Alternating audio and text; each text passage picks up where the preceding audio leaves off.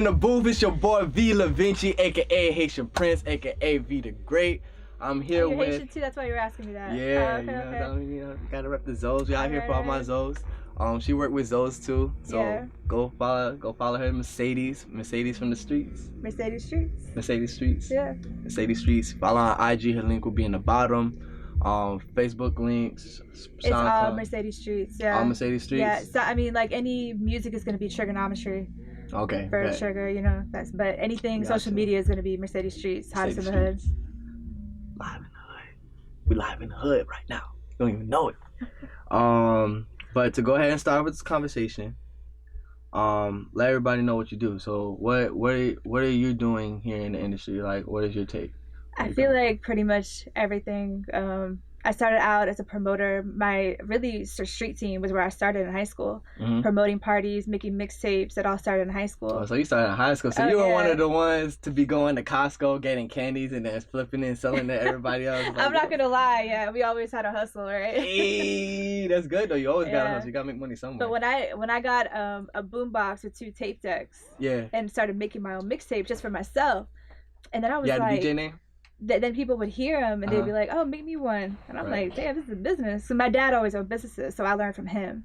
So just everything's straight genetics right there. It's in the genes. Yeah. But it really even started earlier than that. My uncle is a world famous singer and guitar player. Who is he? It's the Association. The Association. It's more like a Beach Boys kind of vibe. Okay. But when I was little, I would be around him, go to shows. I played instruments. I sang. So that's really where it really all started. So it started somewhere. So is that the reason why you chose music compared to anything else? Because you could have hustled with anything, to be honest with you. But it was always music. It was always music. Just from playing instruments, singing. And then I actually had an incident with my ear and had a hole in my eardrum and had to have reconstructive surgery. So I couldn't sing anymore. And I was just like, off tone. Like, it was just horrible. So that's when I discovered making mixtapes and finding other ways to still be involved in music, promoting parties, like I said, in high school. Party don't stop. That's good. And it just developed from there to doing management now, throwing my own events. You know what I mean? So there you go. It just kept developing I don't want to say how many years, but all these years. You know what I'm saying? Right. Yeah. You don't want to know the age. I'm still young. I don't care. Always young. Forever. You feel me? Forever. You feel me? Forever. Nobody knows. I don't know what 50 is. Forever 21. Exactly. They're not sponsoring us, by the way. It's Forever 21. That's good though. So you used to play instruments too. What instruments did you play? Saxophone. Saxophone? Yeah. You were a saxophone player? Yeah. You could still play it? I don't know. It's been a while. Say, would you be shocked if I pull out a saxophone right now? No way. I'm just kidding. I was about to say saxophone. That'd be crazy. No, I'm learning the guitar right now, and I played the piano a little bit, and I'm wanting to relearn that also, but I haven't started that yet. Oh, that's good. You should. I mean, when I first started, I started off with the piano. Oh, okay. And my cousin, the reason why I even wanted to play the piano is because my cousin was playing the piano. Everything I want to do, my cousin did it first. So I was like, oh, I can be better than you. I was always competitive. So I was like, no, I'm going to play the piano. That competitive spirit is what keeps everybody moving forward. It was a drive. And now I won't say I'm Beethoven or anything, but I know my way around the keys, you feel me? You know what I'm saying? But the guitar was one of the next thing I want to do. And with this whole quarantine, I had time. I have a ukulele at home. Yeah. I pick it up and I'll take one strum or two and then I'll go back to sleep pretty much. That's it? Right. I mean, I will learn something. I actually bought my guitar when they were saying quarantine was happening and I heard that Guitar Center was about to close. I was like, I gotta do something. Take it now. Yeah. I mean, there's a couple of guitars around the studio. I'm still learning. I don't even want to embarrass myself. You don't want to embarrass yourself? Yeah, give me a couple months. So, like, what did you learn? What chords did you learn? Do you remember the chords? That's the one thing. I barely started. Like I told you, I just got it, and I honestly have been really busy too. So I've just started. Like I don't even want to play myself right now. So maybe look bad right McCarthy. Now. That's what I'm expecting. I'm having high expectations for you right now. All right, give me like a month or two. A month or two? Yeah. All right, bet. All right. That's good. That's good. So Hottest in the Hood. Tell me about that. How did you start? Where did the idea come from? Who was your first sign? Trigonometry. Well, Hottest in the Hood really started over a decade ago. my partner DJ Greg G, y'all might remember him, all the parties and stuff. He still DJs over like on the East Coast, but him and I started Hottest in the Hood as a showcase together at Icon, and we would do it once a month. Yeah. And we'd have artists sign up. We'd have like 20, 30 artists. I mean, maybe not that, maybe like 20 something artists, and they'd all come perform. And that's how I started really seeing, because I already knew a couple artists, like just from being around the scene doing parties. That's good. I'm like, damn, like we really have some talent out here, you know? Right. So then we started doing the showcase, and I started seeing them perform live. And I would see some artists go from that being their first performance ever, and then warming up on the stage, and they would come back and get better and better and better. And so they had the music, and that gave them an opportunity to practice on stage.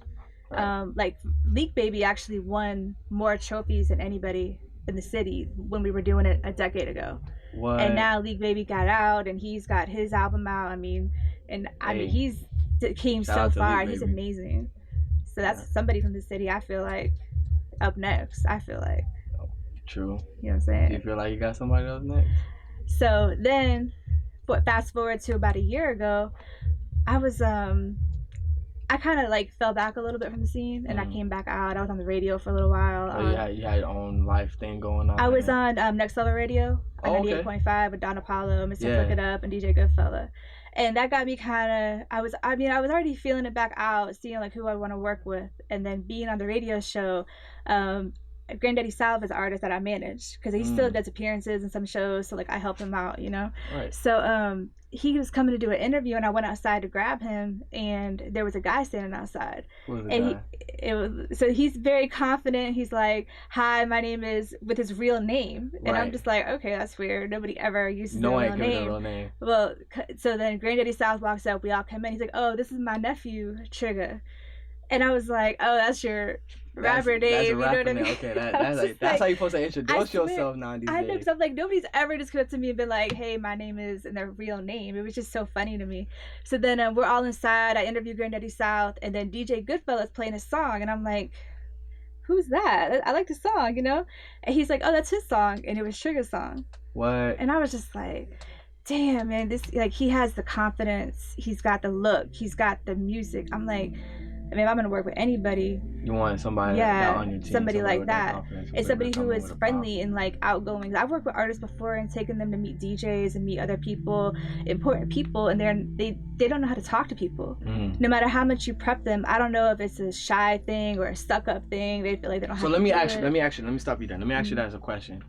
Coming into the game, do you feel like it's better to be communicative, or would it still work for you as a shy artist? Because you have people like Roddy Ricch, who's publicized as a shy artist. He doesn't socialize with anybody. He doesn't do much. Of course, he has a circle around him, but it makes you think, is people like that, like, do they have still the possibility to pop, to I think grow? That's more like public persona, but I would say behind the scenes, you still need to be able to talk to people. Of course. Because whoever he has working with him, he had to initially meet them and create a relationship with them.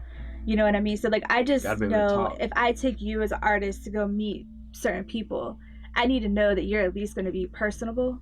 You're not going to be stuck up or not talk at all. Because I've dealt with all those things with artists I've dealt with. Yeah, I can see it in your face. And like, it makes me so, because you just don't expect that to happen. You deal with somebody, and then you get to this point, and then it's like, what just happened? I did a meet and greet with the artist I was working with, and he came off the elevator late as hell to the lobby to meet all the DJs. We were in St. Louis. He's on his phone, would not get off his phone. I literally had to pull him to the side and be like, "Give me your phone." So there's somebody you didn't know? No, it's somebody I knew. Oh, okay. And I did not expect it from him at all. Never in a million years would have thought that he would have. Yeah, I was like, "Yo, give me your goddamn phone." Right. And go make some eye contact and shake some hands. DJs love your song and they're playing your music. Right. You know what I mean? And you don't want to alienate. Like, I always tell artists, like, the artist is the one, like, category of career in the music industry that come and go the quickest. Right. As a promoter, I can always be a promoter. As a manager, you've seen that. You already witnessed that. Yeah, DJs will always be DJs. Producers, executives will always have their positions, but artists come and go. And if an artist rubs me the wrong way, I'm like, not that I'm like an asshole, but it's like, why would I want to work with you if you're just gonna be funky? You know what I mean? Right.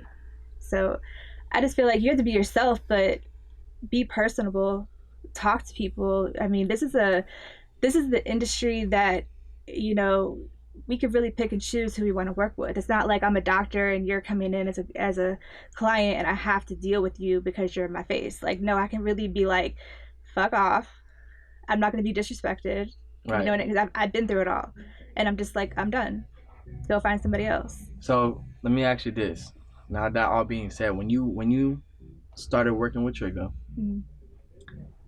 of course you started doing business with him, going out to places, meet and greets and all that. Now, did you see, like, from your first perspective, did you see that for the rest of the time that you started working with him? Yeah, he already had started building a lot of relationships with a lot of people that I even knew. Yeah. A lot of DJs. I mean, he'll call me like, I just learned about this, I just read about that. Like, he does his own research. Mm-hmm. He's taught me things. That's good. He's put a battery in my back. You know what I mean? And that's so rare. Yeah, good. I mean, that me and him are really business partners. I mean, we're not just like, I'm his manager. Mm-hmm. You know what I mean? Like, he put a whole battery pack in my back and made me go even harder, because I hadn't found an artist in a long time that I really could get behind. Right. It's been a while. Honestly, I want to say I haven't gone this hard. So of course he wasn't your first, so would you name drop here or no? Well, I was going to say, I mean, I didn't manage Ace Hood. I was working for the label for We The Best, but that was the hardest I ever went.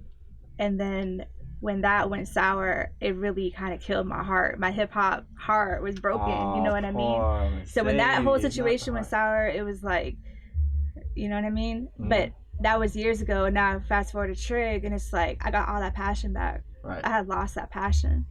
So that's good that you got that motivation back. Yeah. A lot of people don't get that back, and trust me, I was worried about it, honestly. I've been through that. That's why I feel you a lot, because sometimes, we carry like a lot of expectations for things, and when those expectations are not met, it just the worst aftermath. Like, for me, how I felt, I just felt like I need to find something new. Like, this is not it for me. Well, you know what's for me is when I thought about what else am I going to do. I've literally been doing this my entire life. And you felt like you had nothing to turn I didn't go to college. Mm-hmm. This was my college. I dropped out of college. So you feel me. I mean, you gotta make but it's not somewhere. like I'm just doing it because I have no other options. I mean, I could always figure something out, but I love it. And then when I got that, love again too, like that real love, it was like, man, I can't give this up. And that's hard to come by. Yeah. That's hard to come by, because some people come out with a lot of fake love now these days. Yeah. So that's good. And you've been through enough to know, to be cautious. Of course, not to shut yourself away from the world, but to be cautious, to know who to be around. Because I mean, this really is my whole life. I mean, I don't have a family. I don't have kids. Like, this is it. Like, this is from when I wake up to when I go to sleep. This is it. You know what I mean? Eat, sleep, breathe. I was gonna say something else, but we're not gonna say that on there. But that's good though. I appreciate it for real, and it's good that we have people like you. We need more of you, for sure. I appreciate that. So tell me, the Hottest in the Hood, just so I can say, fast forward to what we're doing now with Hottest in the Hood. I have partners. Street Crumbs, Crazy Yogi. He's a big DJ in Orlando. Yeah, that's my. So how did you land that spot? Okay, so Yogi, I've known him more than half my life, probably. Yeah. And we were actually started Street Crumbs together, and we're doing mixtapes together. We had a radio show in Miami. So you were already doing mixtapes with him? Oh yeah, we were doing this. We had the radio show in Miami maybe like 7 years ago. Oh yeah. Yeah. So I remember he was doing a radio show, but you were in it. I was in it. It was me and him. What? He talks more than me, but I was on there. Oh, that's crazy. Okay, I was still a little shy. Mystery woman, she's right here, guys. I was still a little shy back then for the radio, but fast forward now, it's like you're not shy. I've been through some shit, and it's like mentally, it's like I'm all there, but I don't give a fuck anymore. But how much on the level confidence. From don't give a no, of course because you know what? It's not like I don't give a fuck. It's like I have the confidence now, because it's just like fuck whatever anybody talks shit about me about how I look. I know what I have. I know what I do. And it's just like I have that confidence now, because it's like a couple people died on me a few years ago, like all at one time. And I mentally was just like, either I'm going to snap and lose it, or I'm just going to come out of this like 100% crazy, just go hard. So how's your patience now? My patience? Yeah. Before you just... Well, no. I'm not saying like snap. It's just like either I'm gonna mentally break down or I'm gonna come through this like 100% go hard. You know what I mean? Right, 100%. Yeah, and I came through 100% go hard, because it's like, if I break down, what's gonna happen? You know what I mean? Well, it's gonna We've all been through crazy shit, and it's just like, I'm not gonna let it totally break me. Of course, you don't want that. That's good though. That's good. Hey, now you're here now. Yeah. Oh, wait, we up here winning. I keep forgetting. So I got Yogi as one partner, and then if you remember 352 Boys from Claremont, Winter Garden, the main person of that was Dirt, and he's our third partner. And he's your third partner. So the three of us working together now is what's made it whole. Okay. And so Hottest in the Hood, how it started like that, doing the showcases again. And so we started out doing the showcases, and then now we're in quarantine. We had to cancel 5 shows. Yeah, how did that work out for the quarantine? Man, we had 5 shows scheduled already, and we in 3 different states, and they've all had to be shut down, of course. So because of we actually had a really good one with Whoop in Titusville coming up. Right. Well, actually, it would have been in April, and then we had Whoop coming with us with Loose Cannon to Atlanta. And we were doing a big show in Atlanta with OG Hoodrich. The shows in Atlanta is lit. Yo, shows in Atlanta is lit. Man, if you see the video footage on my IG of the spot, it's like a huge empty warehouse with a stage and a DJ booth. They have a radio station. Like, it was crazy. It was gonna be so dope. But we're still gonna have it, just whenever we find out when we can do it again. Right. So what have you guys been doing now since you guys canceled the shows? So since we can't have our shows, I was hitting up all the artists, and I'm like, look, just film yourselves performing, and I'll start an IG like TV show, like basically just live performances of everybody. Right. I'll be honest with you, only one artist did it. Only one. And it was Epic. Hit me up. I would have been sending multiple shows. But it was Epic Ruffin. He was the only one. Right. And I'm like, I can't just put one. You know what I mean? Right. So you had to wait longer until somebody else. No. So then Yogi saw I was getting frustrated. So he was like, how about we do this? Let's just take one artist at a time and just film them somewhere. So we literally just got a box truck and put light. Criminal Riders brought a light system. Yeah. And so we had a full light system. We had a full DJ booth with DJ Goodfella. A bump box sponsored us and sent us a huge boom box. So we used that for the sound. And then we got Ayo Buddha to come perform like 3 songs live. So we're in the back of the box truck and just filmed it. Dude, and it was dope as fuck. Kind of like a Hotline Bling kind of setting. Yeah. Yeah, exactly. Okay. I imagine I was like, yo, but it's a smaller box instead of a big box. And we put like posters up, and we put a big banner up for Hottest in the Hood. It's actually on my IG, so you can still see it. Check it on the page. Mercedes Streets, Hottest in the Hood. You already know. And then the next time we did Peasy and Lala from Broward, because they had came and performed at one of our other shows. Yeah. And we loved their performance, so we invited them up, and we did that one outside in front of like it's like a box, like a semi-truck box thing that they turned into like a house or whatever. It was kind of cool, something different. Dope. And then we did the other one, Dogman sponsored us and let us come do it at his studio. So that's the one that we just filmed in Tragic City Baby 2 nights ago. So we're about to release that one now. All right. Yeah. And then this is YouTube, or are you doing it's gonna be on Instagrams? YouTube, Hottest in the Hood YouTube, and then it'll be on all of our Instagrams. Okay. Mercedes Streets, Street Crumbs, and 352 Boys. All right. 352 Music Group. Hey, you guys heard that? You better go watch those videos. We're wrapping up. All right. Yeah, we're wrapping up already. I feel like we haven't talked about it. No, that's what happens when you have a good time. All right. Flies. But it didn't feel that long, to be honest with you. No, it went by fast. It didn't. Okay. Jerry, was it that long? I mean, right now we're about 25 minutes in. Oh, shoot. What'd he say? 25 minutes in. Damn, okay. Whoa. You heard your boy, Jerry.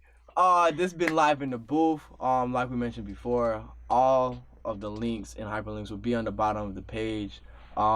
Thank you, Mercedes Streets. Thank you for having me. I appreciate it. No, it was fun. It was good. It was actually like, thank you. Made a new friend, guys. That's my homegirl right now. Don't tell anybody we shook hands. Quarantine. Oh, shoot.